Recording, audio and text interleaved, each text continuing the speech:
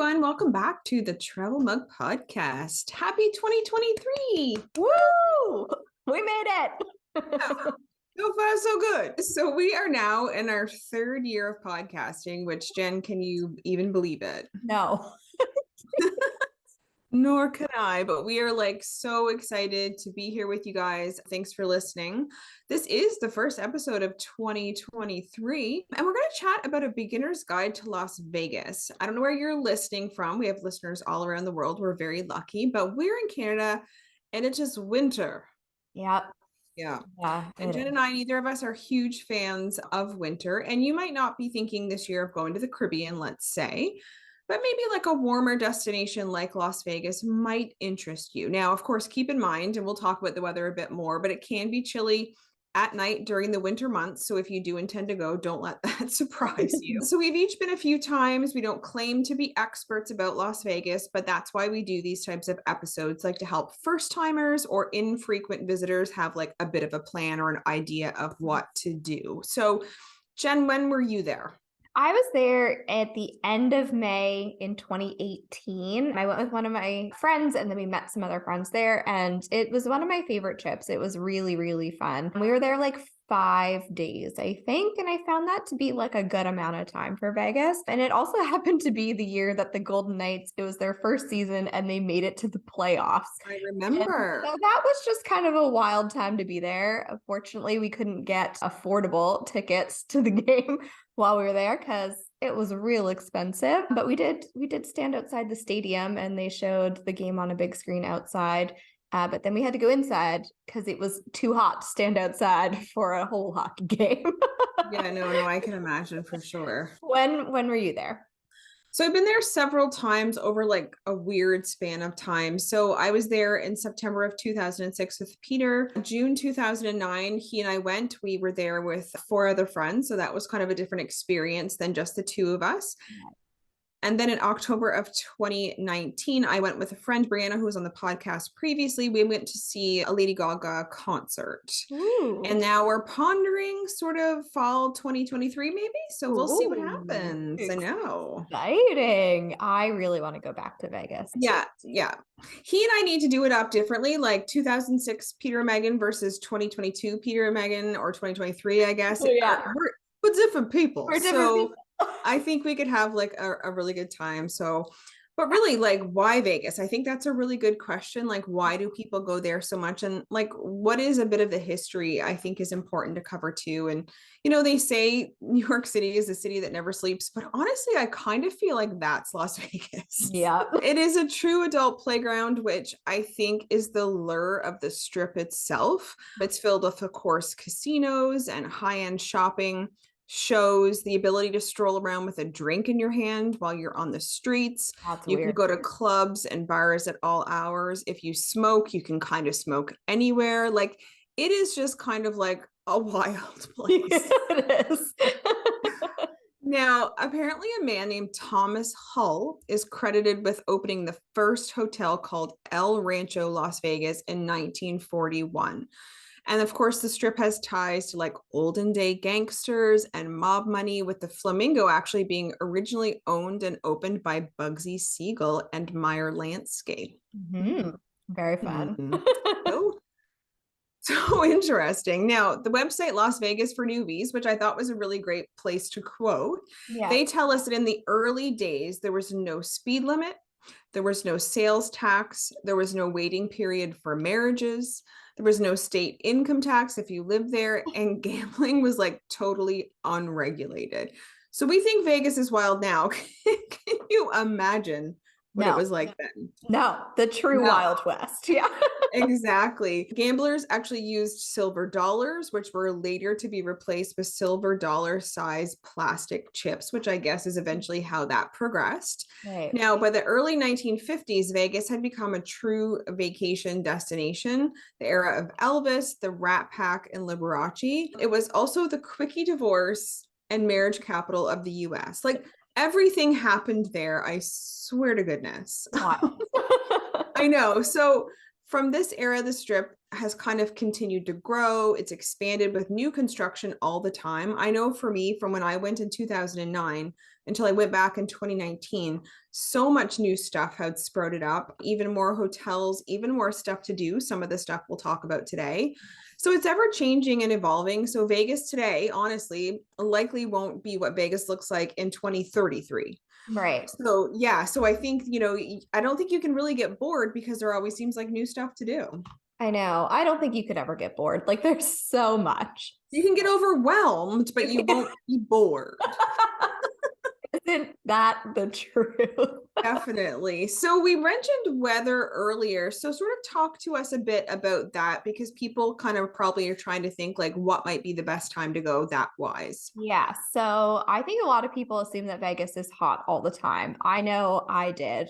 And I had friends that went in like, I think it was February. And I remember she was like, I had to wear my winter coat. Like it was cold. Yeah. So just keep in mind, like November to March, the daytime highs are in like the teens or the low 20s Celsius, of course. Yeah. And it can be close to or below freezing at night. Well, the So desert can be really cold at night. So yeah. that makes a lot of sense. But then, however, you have June, July, and August where the daytime highs are in the 40s Celsius. Yeah. So, like, it's all over the map here. And it did It not really is. cool down. No, and it's like preference too. Like if you don't want it to be blazing hot, those other months might work for you. Yeah. So I think like May, April, May, and like October, maybe late September, October would be kind of the sweet spot for me because I do want it to be warm. I want to be able to get in the pool. But when I went at the end of May, I think we flew home on June 1st. So that's kind of the time we were in. It was hot. Like it was Yeah.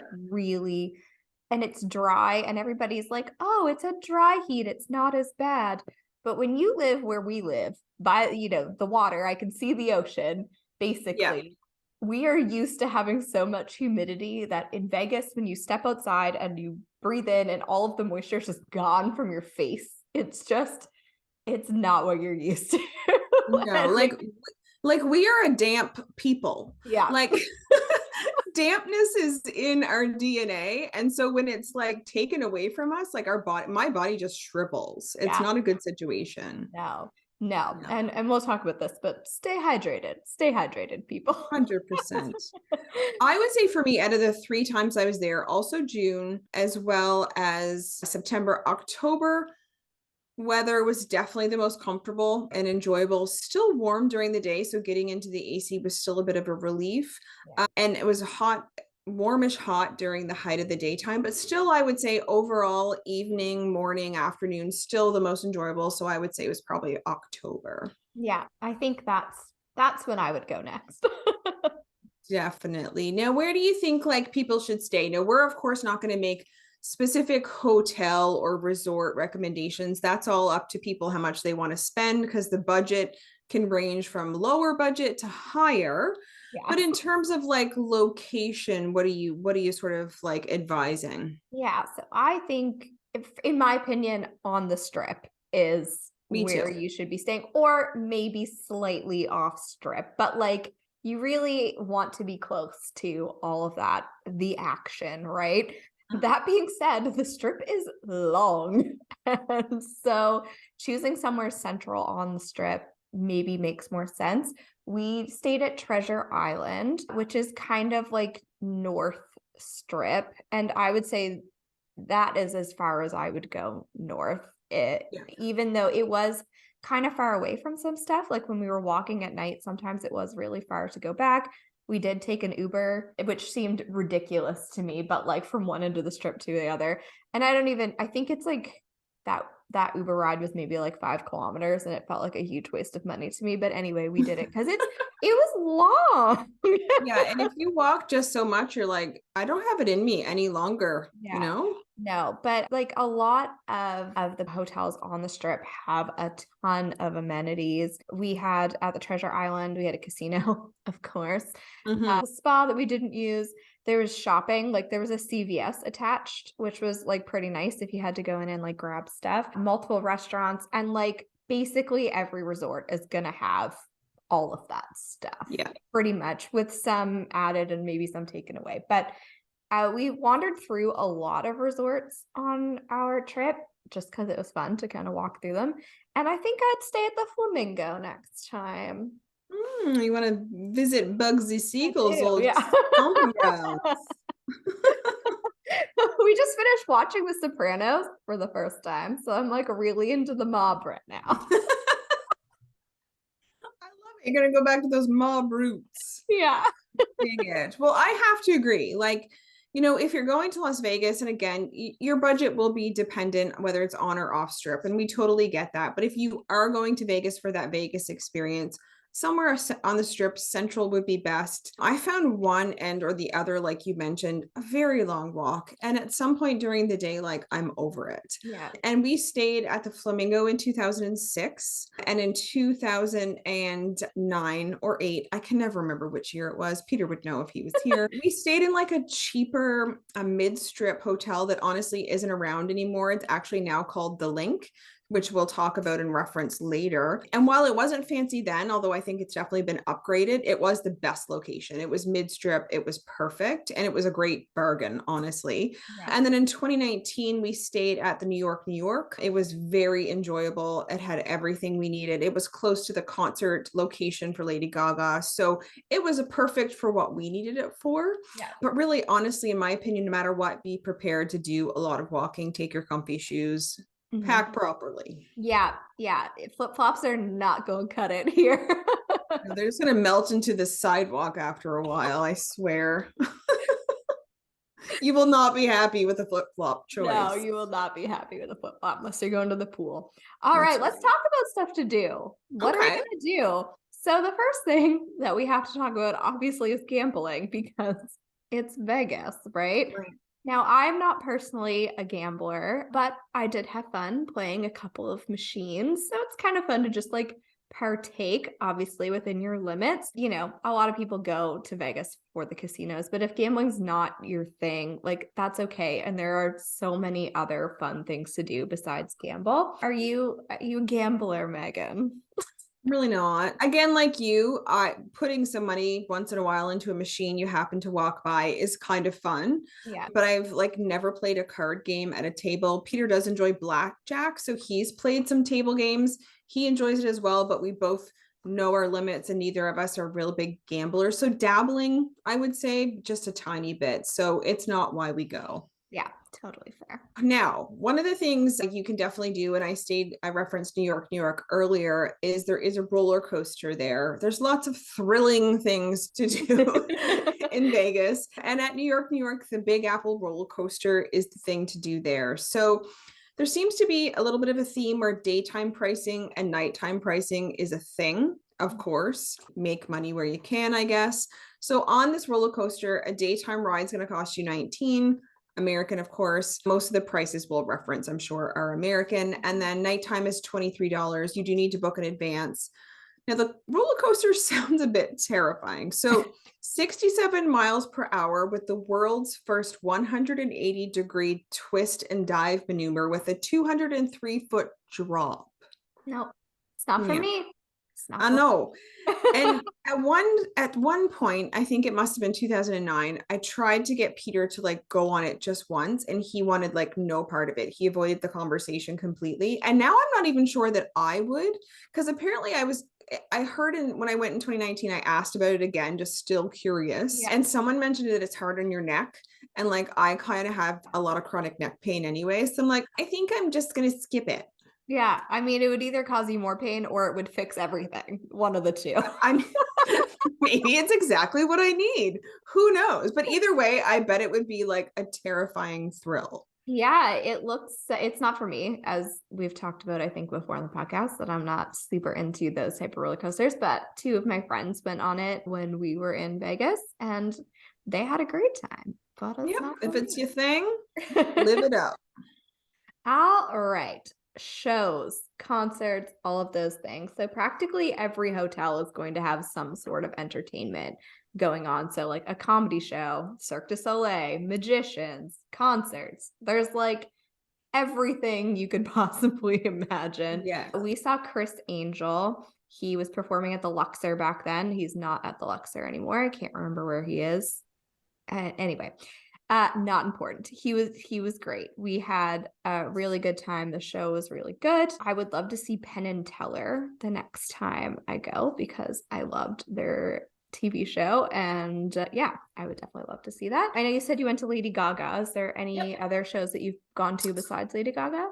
We have done a magic show, a comedy club, and we did do one of the Cirque du Soleil shows. It was like a sassy, sexy Cirque du Soleil. Oh, I know it was actually kind of cool. I enjoyed it very much. So yeah, we've probably done that. I enjoy comedy, live comedy. It makes me anxious and awkward, but it's not I'm not up there, so I do sit through it and I enjoy it. But so we usually try to check out that kind of thing. But yeah, so a few things, and you don't need to pre-book everything. Some things you can just drop into, like the magic and the comedy stuff. It doesn't need to be as big of a production if you're going to like a concert or something. yeah. Yeah, I think if there's something that you really want to see, obviously book tickets in Yeah, advance. But if you're just like, hey, what can we do tonight? And then find something. I think that's a good exactly. happy medium there. Yeah, no, for sure. So seems like I have all the thrill rides, but this one isn't that much of a thrill. But we're going to now talk about the high roller observation wheel. So I mentioned the Link Hotel or Resort earlier. Attached to that is like a Link promenade. So on the promenade is a bunch of shops and restaurants, etc. And I did this high roller observation wheel when we went in 2019. It wasn't there for any of my other visits, Right. as it is fairly new. So it's very similar to the London Eye, with some great views of the strip and surrounding landscapes. And of course, landscapes just outside of Vegas are beautiful. So it's very different from what you would see in London. And it is the second tallest Ferris wheel in the world, I think, behind one that's in Dubai. Huh. Yeah, another location where the cost differs from day to night. Shocker. The daytime cost is about 23.50 for adults, 8.50 for kids. Nighttime it does go up, of course, to 34.75 for adults, 17.50 for kids. Definitely book your tickets in advance. That is what we did as well. Now, would I recommend it for the money? I don't know if it's your thing. Sure, I've done the London Eye. I enjoy having the experience, whether it's worth the money or not. That's up to the individual. I don't regret it. You know, it was still cool to see the sights, and it was something enjoyable to do, and it wasn't, like a roller coaster. So you didn't have to be terrified of the experience. If heights aren't your thing, maybe don't do Don't it. do it. But Yeah. I did enjoy it. But again, it's up to you to decide if that's where you want to spend your money. Gotcha. Yeah, we didn't do it. But those, like, I didn't do the London Eye either. Like, they're just not, observation decks are like not really my jam, really. Yeah. Yeah. I enjoy a moving like piece of equipment. I'm like, let's get on. Let's I do want I it. want to ride that. So if you're not into the wheel, what else could we do? All right. So there is a mob museum. Of course there Of is. course there is. So obviously, like we said, Vegas has ties to the mob. And so the building that the museum is in opened in 1933 as a US post office and courthouse. Okay. That's very cool. It's where a lot of the mob trials happened. Yeah. And then in 2012, it opened as the Mob Museum to kind of explore the complicated history of the mob and its mostly hidden role in society. Of course, there's a speakeasy in the basement because why As there would wouldn't be. there be? Right. I really enjoyed this museum. Of course, by now we know that I like museums, but I think, Vegas is fun and it's kind of a crazy, wild drinking, entertainment, gambling place. It's kind of cool to take in the history as well. And it's not a huge museum. I think we spent maybe 2 or 3-ish hours, maybe two. I can't remember, but it was a good time and I really enjoyed it. And that's in downtown Las Vegas, so it's not Okay. close to the strip. Yeah. Okay, cool. And how had you heard about it? I think I was just Googling things to do in Las Vegas. Look at you using Google. I know, the Google machine. So yeah. All right. Well, next we're going to head, I think, to sort of one end of the strip. I'm pretty sure the stratosphere is down one end. Don't ask me which end. I'm not good with northeast, south, and west. But the stratosphere has a lot going on again for the thrill seeker. So there is an observation deck. It's like a tower, let's say, like maybe in Seattle where they have the Space Needle, very similar looking. There's an observation desk, a sky jump, thrill rides such as Big Shot, which shoots 160 feet into the air at 45 miles per hour. You're seated, like locked in kind of thing. There's a roller coaster called X-Scream. And there's one called Insanity where you dangle over the strip in this big mechanical looking arm thing. Anyway, I've never done any of these intense looking activities. And I would love to think I'm brave enough to try, but I'm probably just saying that for the podcast. All activities do cost money. So again, do your research in advance to see what thrill you want for your buck. It can be really busy, so book in advance. We did line up like back in the day before you had to book every single thing in advance for the observation deck. But honestly, the line for that was so long, we eventually just gave up. But there is also a restaurant there and a place where you can grab some drinks. And the view, I'm sure, is spectacular. So you don't have to do the thrill-seeking side if you want to maybe have a good meal and enjoy a good view as well. Fair. So I'm going to guess you wouldn't do any of that stuff. No. I just, no. Now, does Ryan like that kind of stuff? Yeah, he's definitely way more into that than I am, but I still don't know. Like, if it was just the two of us there, he probably wouldn't do it because he wouldn't want to like line up and like take the time when I'm not gonna do it. Yeah, that makes sense. Yes. All right. Let's talk about the Fremont Street experience. Okay. We're going back to downtown Las Vegas. So I don't know how far it is from the strip, but it's like a drive or an Uber or a. Yeah, we took like a bus and we've taken a cab before as well. You can do either from the strip. It's not far. It's not far, but like you're not going to walk it. No. Yeah. No. So the Fremont Street experience is a 2-kilometer covered pedestrian area. At the focal point, there's like an LED canopy above you that comes on at dusk, and there's lights and there's sounds, and it is really cool. Back on the ground, there is sound stages, so you'll have live bands, street performers, Chippendales men out there doing their thing. Casinos, bars, restaurants, all of those things. It's a big old party, realistically. And if you are into the thrills, there's a zip line above you in the canopy called Slotzilla. So you can, as it would be. You can zip line. We talked about doing that. I would do a zip line, but the line was really long and it's expensive. I can't remember how much it was, but I was like, nah. Yeah. Well, speaking of zip lines, I mean, back at the Link Promenade, there is the Fly Link zip line there. So if you weren't going to do the Fremont Street experience, but you wanted to zip line, this is another spot you can do it. So the promenade itself, I mentioned it earlier, but it's been open since about 2013. Like I said, it's kind of busy with shops and restaurants and bars. Here you can also do the zip line, which opened in 2018. So it's 12 stories above the street, and you zip over the promenade itself, and you actually sort of come to a land at the base of the high roller Ferris wheel.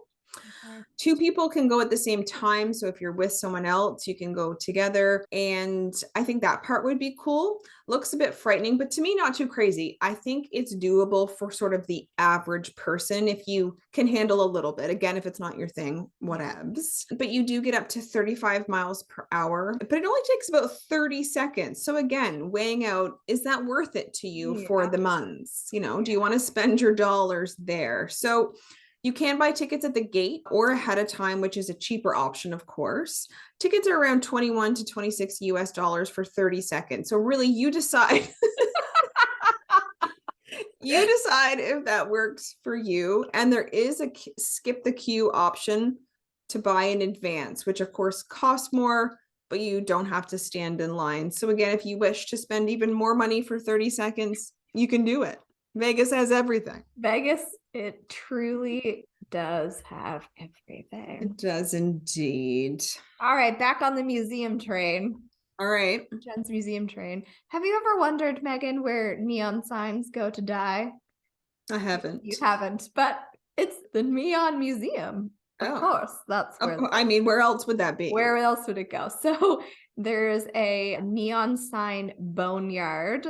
So it has more than 250 unrestored signs. They are illuminated at night. And then there's also like numerous restored signs that are illuminated all of the time. Highly recommend buying these tickets in advance because they do sell out.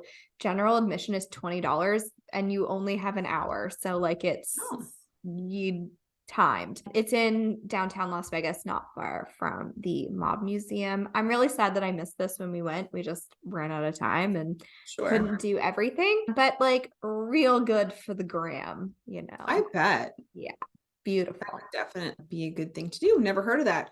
Yeah. Look at us learning new Museums. things. I know. Well, drinking is definitely a part of what people do if they go to Vegas. Not everybody drinks, but if that's your thing, I have a recommendation just for like a kitschy, fun thing. So back in 2009, and again, that's the year I'm picking because I can't remember if it was 2009 or 2008, we went to an ice bar. So back then we went to one, I don't remember the name, but there's a few options now. Literally, if you Google them, they'll come up. We made a reservation in advance, and the bar was literally made of ice. It was inside of a specific hotel.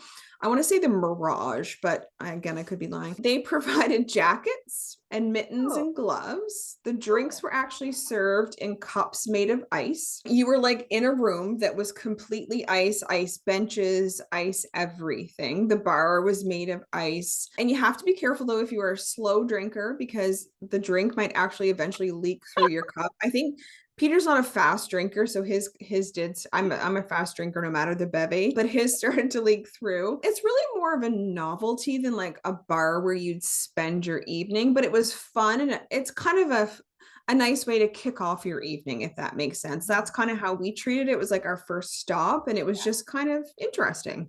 yeah. I think that is weird. I know, I know. Sure. Only in Las Vegas. Oh, Actually, I'm probably sure it's other places, but I'm it's the sure only it place is I've too. ever done it. Yeah, I mean, I guess I've done it in Halifax, but it was outside in the winter, but the bar wasn't made of ice. Yeah. So I guess there you have it. Speaking Mhm. of ice, let's talk about the We NHL. have like a bunch of amazing segues on this Wow, episode. we are amazing. What So else could we do around ice? it's almost like we planned this. I know. So the Vegas Golden Knights and their arena, the T-Mobile Arena, are right in the heart of Las Vegas, like Yes. in the strip. So if you go during hockey season, early October through April or further, if they make it into the playoffs and you want to experience a live sports game, you can probably walk from your hotel. So that's amazing. Like I said, we were lucky kind of to be there during the final round of the NHL playoffs in 2018. Vegas was playing Washington, and the energy was just wild. Like it was a lot of fun, and I'm really glad that we got to experience it. I'm really sad that we just couldn't swing. Like it was like I think probably 600 to like $1,000 for a ticket. I can't remember what it was, but I remember we looked at it and we were like, oh no. We simply cannot do We this. cannot. We cannot. But a regular season game you can get from like $100 and up. So a lot Yeah. more reasonable of a Well, price. playoffs are definitely, that makes sense. And when we were there in October for Lady Gaga, each day we were there, I swear, I'm sure it wasn't, but it felt like it, but there were games happening.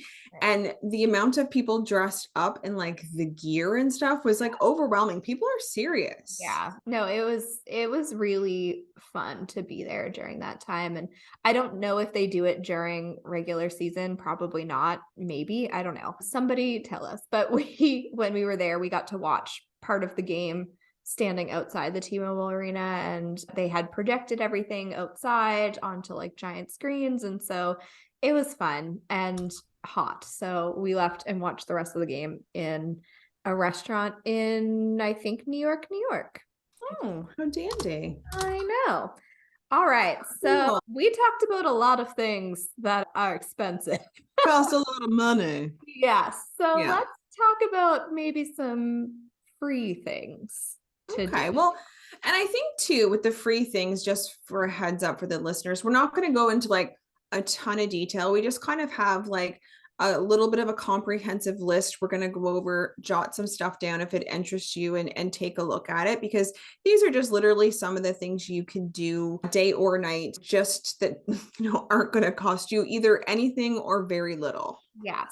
All right. What's up first, Jen? Container Park, which we stumbled onto this by accident and it was so much fun. So it's like a playground and it's adults only after like 9 p.m. So that was really Oh, fun. So there's like a tree house. Sometimes they have free concerts or like a show. There's also like restaurants and retail shops and a tattoo parlor all kind of in this area. Obviously those aren't free, but yeah. the playground was pretty fun, I Cool. have to say. Obviously, there's a lot of window shopping you can do where you don't spend money. Fashion Show Mall has over 250 stores. So, and that's just one. There's Yeah. a So lot if you more. can control yourself and not blow money there, you can at least like look at all the things. Yes. Bellagio Fountain at night, in my opinion, must do.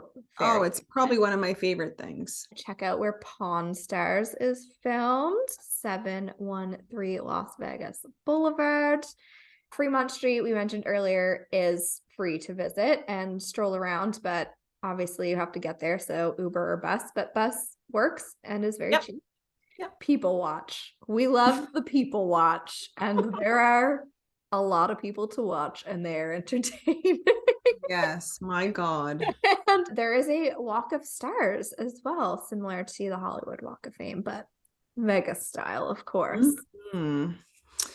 Yes, and some other things that could be of interest, especially maybe if even if you do have kids with you, you could do the Mirage Hotel has volcano shows. Yeah. There's a circus act at Circus Circus. That was fun. Like, I would, side note, I would not stay at this hotel. It yikes. Yikes Mm. on bikes. I mean, maybe it's been completely redone since I was there in 2018, but no way, friend, would you get me in a room there. But anyway, the circus part was very fun. There you go. Yeah. Walk the Link Promenade, we mentioned it earlier. So, of course, there are things there to pay for, but again, you can do some window shopping, people watching along there. This is also a favorite of mine, which is the Bellagio Conservatory and Botanical Garden. Don't miss the chocolate fountain inside. I don't think I've ever seen that, but when I was doing research, people were like, don't miss it. And I'm like, I think I did. I missed it. How could I have missed it? The Flamingo Wild Habitat at the Flamingo Hotel and Casino. Also check that out. Back in the day, so 2006, there used to actually be lions kept at the MGM Grand. That is not the case anymore. So thank goodness, hopefully they're living their best lives somewhere else. And then not completely free, but a short Uber from Mandalay Bay is to go to the famous Welcome to Las Vegas sign and take pictures. So apparently, though, watch out for scammers here who act as like official photographers. You get to do your own thing and you're in no way obligated to pay these people or use their services. That sign is free for everyone to just take pictures of. Yes, I'm so sad that I did not go see the Welcome to Las Vegas sign. Like, I only did on my last trip. The first two we didn't, and we did this. Brian and I did this tour, and one of the little, it wasn't long, but one of the stops was the sign, and I have to say, I was very excited. yeah, I got to do that next time. Yeah, definitely. All right. So Vegas is great, but it's also a really good kind of jumping off point And it's for also a lot after a while. it is like you kind of want to leave the like city and kind of maybe see some nature. Yeah. So where can we go, Megan? Well, first and foremost, of course, we would suggest, and we've both been there, as the Grand Canyon. So we rented a car right on the strip. It was a convertible, so that was fun. We drove through the desert and got to the Grand Canyon and back in one day. That included a stopping over at the Hoover Dam, which of course is on the way to the Grand Canyon. So you kind of get to do all that at once. Now, if we did it again, present day Megan and Peter, we likely would stay somewhere, spend some more time there, see other rims of the canyon than what we did, but we were young and foolish. But I think the Grand Canyon honestly was just like a truly wow experience, like a holy shit moment. Like I just couldn't believe what I was actually seeing. It's so beautiful and vast and like awe-inspiring. I do want to note it was about a 4+ hour drive to get there, and that's with no stops. So it's either going to be a really long day for you, as it was for us, or again, you should kind of plan to stay overnight to get the whole experience and not be rushed. How did you do it? Yeah, so we did a bus tour that included the Grand Canyon West Rim and a very brief stop at the Hoover Dam. So we went with a company called Canyon Tours. So they picked us up at our hotel. It actually included lunch as well, which was really nice. And we stopped at this like Hualapai Ranch, which is like a replica village. I probably wouldn't recommend stopping Hmm. there. It is very kitschy. And then we went to Eagle Point, which is where you'll find the skywalk where you can go out. We didn't go out and do that. It was an extra cost and I didn't really see the point. And finally we went to Guano Point, which I think is the best place to stop. Best views for sure. We had a really good time. It was a small bus tour, so it wasn't huge. And we actually had really great guides who were fun and super knowledgeable, and they basically did like a photo shoot with us, with me and my friend. We have all these really great pictures, and they took us to some spots where we probably wouldn't have gone for pictures, kind of away from the crowds and that sort of thing. So honestly, we had a really great time on this tour, and I would go with them again if you're looking for an option that's not a drive yourself option. Yeah, no, definitely. And talk to us a little bit about the Hoover Dam as Yes, well. the Hoover Dam. I'm really sad that we didn't spend more time here because it looked really Same. cool. And my parents kind of did a Vegas Route 66 trip and they spent a lot more time here. And so I'm a little jealous. But the Hoover Dam was constructed between 1931 and 1936. It's in the Colorado River. So it's a concrete arch gravity dam. So you Mhm. can take tours, and kids under 8 years old are not allowed. Price is $30 and it's a 1 hour self-guided tour. So you kind of guide yourself through. I would like to do this tour. Yeah, me too. Like we didn't have enough time there because again, it was a 1 day thing for us. So I would definitely stop if we had more time, do the tour for sure. One other spot we wanted to mention that isn't as far, honestly, is Red Rock Canyon National Conservation Area. So during 2009, we also rented a car with the friends we were with.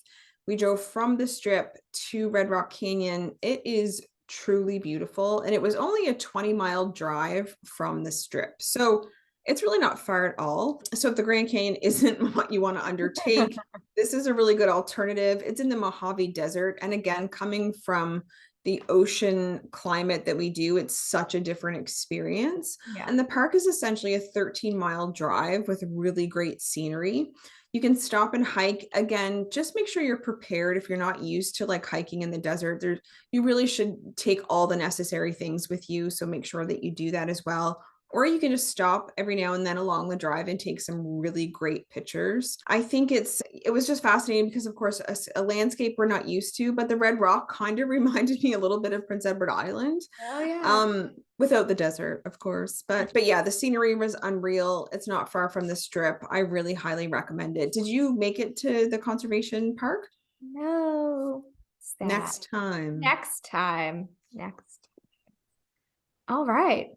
It is the return of the fun facts. I Yay! know. I know everybody was missing the fun I facts. know. All right, what's up first? All right. So at first, the strip is actually not located in the city of Las Vegas. What the heck? It is an unincorporated town and census designated place in Clark County, Nevada. So it's adjacent to the city of Vegas called Paradise. And it was formed on December 8th, 1950. We were watching a show not long ago and it actually said that how like the strip isn't even located in Las Vegas. And I'm like, what the What? what? I know. And then it's called Paradise. And I'm like, okay, well, that kind of makes sense a little bit, I guess, as well, but it's kind of crazy. Also weird. Yeah. Like we just did this entire episode about Las Vegas and the strip is not Did actually we? about paradise, I guess, but Well, speaking of Paradise, over 300 weddings a day take place there. I Like, would like love to renew my vows in Vegas. I think that'd be that would be so fun. Yeah, If Bennifer can do it, we can do it. we can You do know, it. definitely. The Bellagio fountain uses gray water because imagine the waste of actual drinking water, the clean drinking water it would use. So they instead use recycled sink, tub, and shower water. I love that.